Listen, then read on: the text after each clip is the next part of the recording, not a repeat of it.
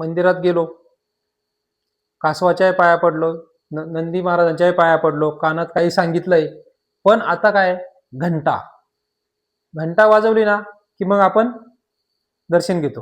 आता प्रत्येक मंदिरामध्ये घंटा आहे, पण का, कशासाठी, कुणी त्याचा विचारच करत नाही. ती पण पितळेची असते. घंटानाद हा सगळ्यात श्रेष्ठ नाद मानला जातो. ज्यावेळेस आपण घंटा वाजवलं जातो ना, त्यावेळेस काही तरंग उठतो आणि त्या तरंगाने मन एकदम शांत होतं. आणि मन शांत झाल्यानंतर ज्यावेळेस भगवंताच्या दरवाज्यात जायचं असतं ना, त्यावेळेस स्थिर बुद्धीने जायचं असतं, मनामध्ये काही न ठेवता जायचं असतं. आणि मन इतकं शांत होतं की तुम्ही जे काही मागायचे असतं ना, ते सुद्धा विसरून जाता आणि भगवंतापाशी जाता. आणि म्हणून त्याचं ते प्रतीक आहे.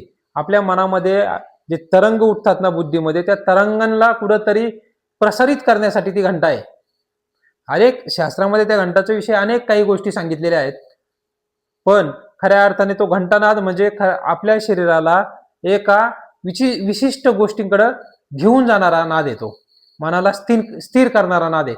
म्हणून मनाला स्थिर करण्यासाठी ती घंटानाद आहे. ती घंटा वाजवलीच पाहिजे, त्या घंटेच्या खाली उभं राहून वाजवली पाहिजे. हे त्याच्या मागचं कारण आहे. कारण की तिथून मेंदूपासनं तर पूर्ण शरीरापर्यंत जे आर्थिंग म्हणतो ना आपण, ती जमिनीपर्यंत जाते आणि संपूर्ण शरीर तिथं एक प्रकारे तुमचं चुंबकीय तत्वाने ग्रासलं जातं. म्हणून प्रत्येक शंकराच्या मंदिरामध्ये चुंबकीय तत्व आहे असंही म्हटलं जातं.